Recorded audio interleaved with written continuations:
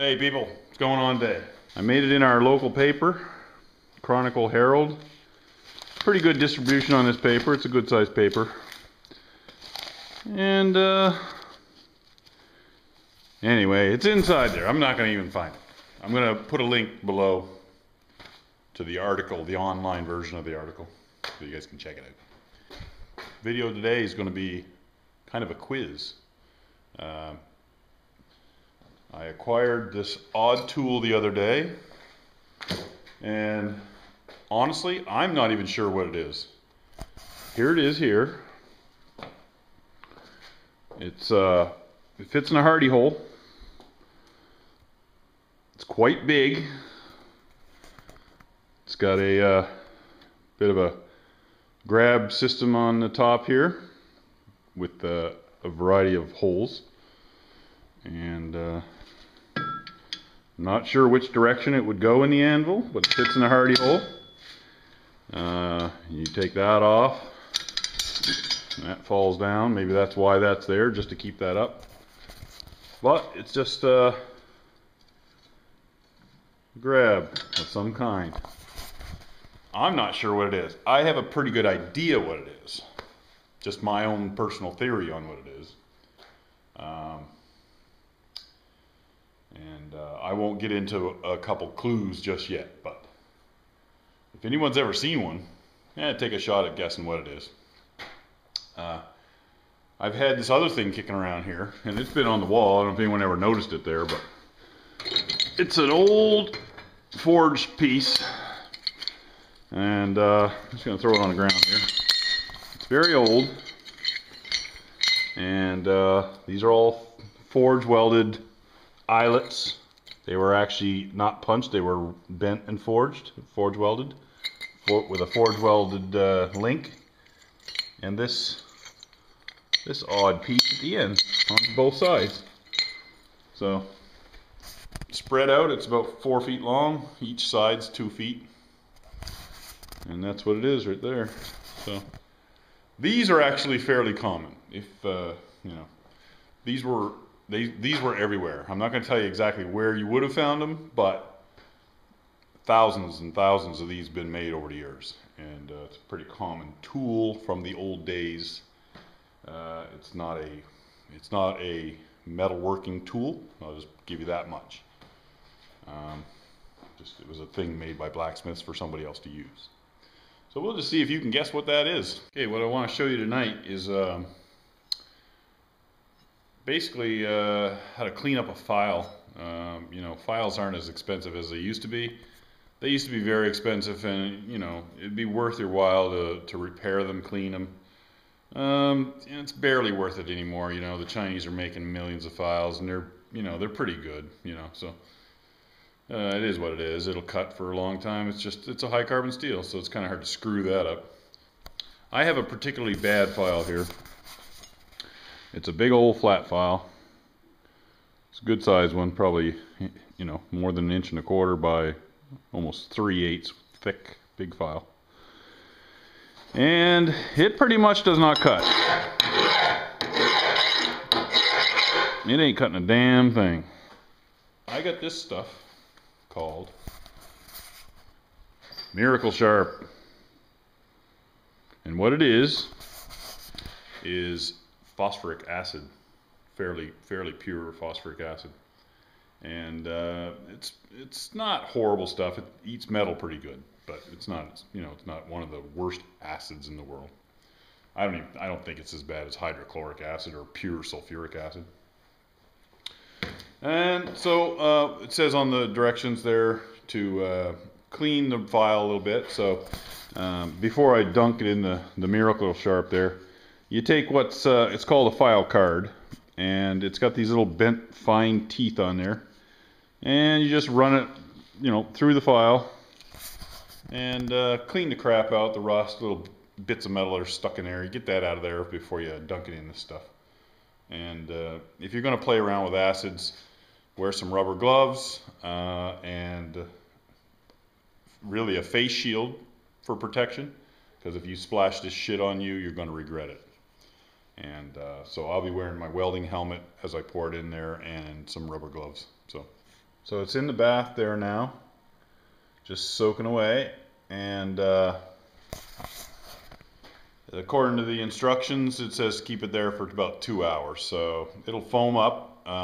It's already starting to foam up, as you can see right there. That foam will envelop it, and it'll just etch away that steel, and that'll come out nice and shiny, and should have nice sharp teeth on it. It doesn't sharpen all the teeth. Teeth have been broken off, really worn down. It doesn't sharpen them, but it will bring back, you know, all the blocked up ones, and you know, if it had been used on some aluminum or wood, it'll eat all that shit out of there, and you'll be left with a pretty much, you know, 90% back to normal file. You can only do it once or twice on a file, and then you just don't have any teeth left on it. So we'll just let that sit for a little while. I deal with some back pain. Yeah, it's the best. So anyway, the little giant over there, it's going to a better home. Probably it's going to get used a little more.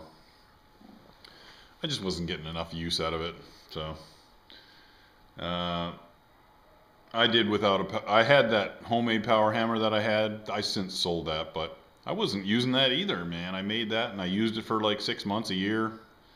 I had a few small projects for that. Then I just went and started doing everything by hand. I enjoy hammering by hand, and you know, using a striker when I can use one.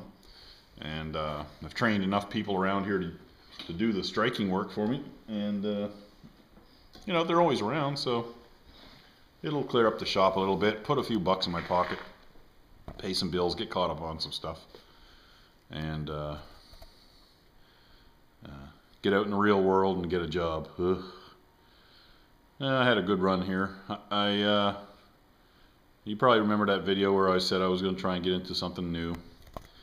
It didn't really work out. I mean, the forges and stuff, I think I'm going to keep pursuing that, and I'm going to stick with the blacksmithing stuff, but I'm pretty much out of the business, you know. It's just, it hasn't been working for a while now, and you know, I got to feed the kids and stuff. So this is why I went to school. I finished up my safety training and completed my courses. I did like 16 different small courses, all related to safety stuff, which is, you know, it's boring, and I'm not going to bore you with the details, but just as a bit of advice to anybody that's growing up, getting a little older, whatever. You know, it's an old saying, don't put all your eggs in one basket. Well, it's true. You know, I'm a welder, but I also did some ornamental work for a while, and but you get a little older and a little more beat up like me, and it's hard work, man. I hurt my back all the time lifting some of this heavy crap, so I need to get away from the big fabricating stuff. Last time I hurt my back was moving that damn gate. Man, that was brutal. That hurt my back. I haven't recovered from that, and you know how long ago that was when I installed that. So, like I said, don't put all your eggs in one basket. Get some extra training when you can afford it and when you have a little free time. And you know, I didn't have no work, so I figured I'd go to school, and I had a good sponsor that allowed me to get my courses for half price, which was good. So it was only like $50 a day or something for these courses. So it's a real nice thing for me to have under my in my resume. So that's what I'm going to pursue. But I've looked around here for some work, and I've found some pretty good leads, and I could probably find something tomorrow. But the city's a bit of a drive for me, so there's a lot of work situations in Canada. I know not a lot of you are from Canada, but in Canada we have a huge oil patch. It's bigger than the Middle Eastern oil patches, but it's the oil sands that we have.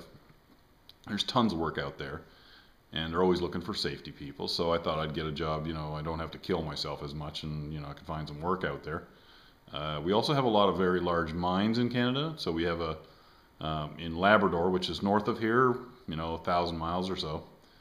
Maybe more than that, and there's a bunch of iron mines there, and there's a huge crater up there. So just look up in Labrador on Google Maps, Labrador City. That's where I'm going to try to find work, because it's close to me, very short flight and that sort of thing. And I'm not sure if it's going to happen, but I think you're in for an adventure. I'm thinking I'm going to drive my bike to Labrador City, and I want you to also look up the Trans-Labrador Highway. It's a brutal highway. A lot of it is dirt.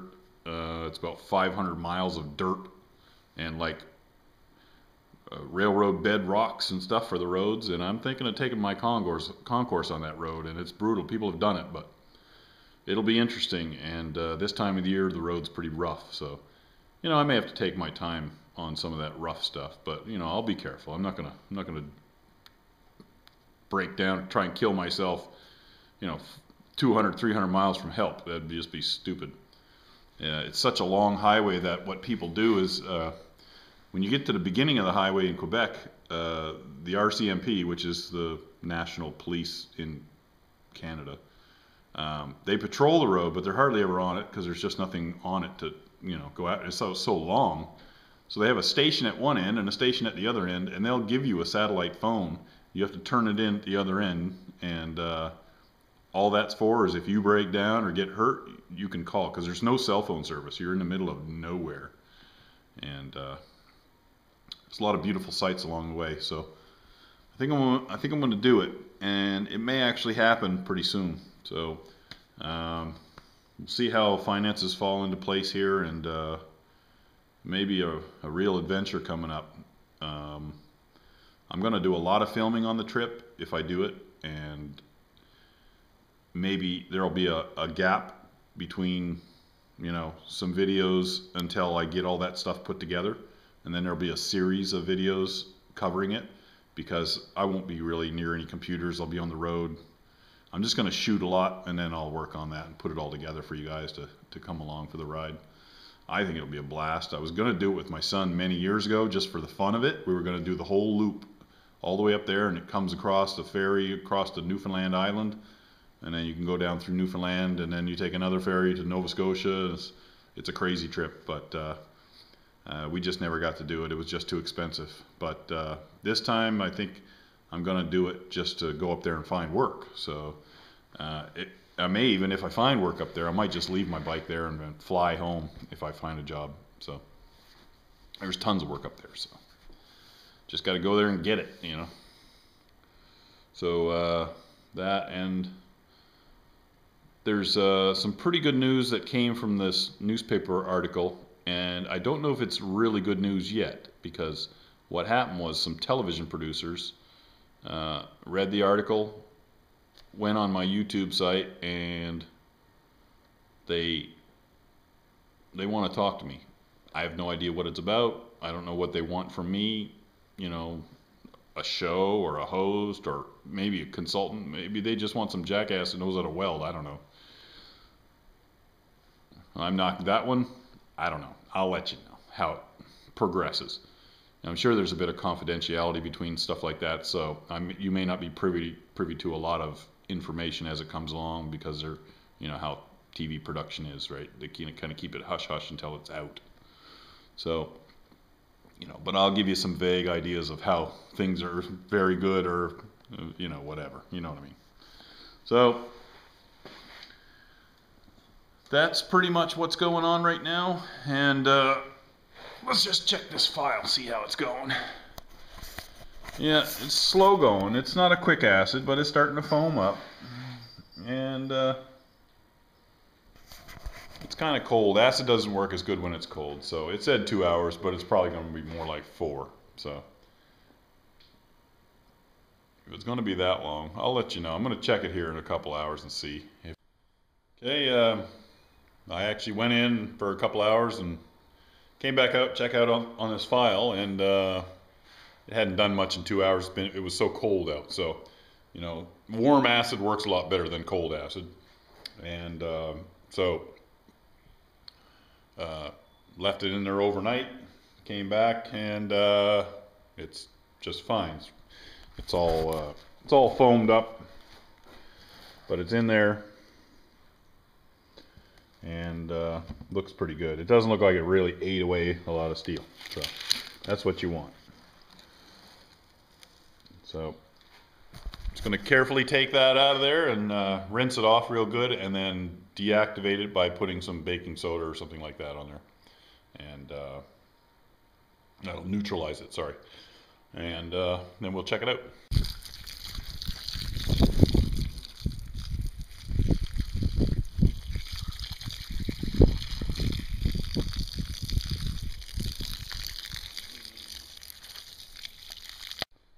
There you go. She's all sharpened up.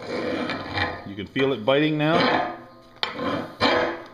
So there you go. I mean, it's brought back. It's, you know, like I said, it's about 80% of what a new file would be. You know, it'll cut good, but it just won't cut as good as a brand new file.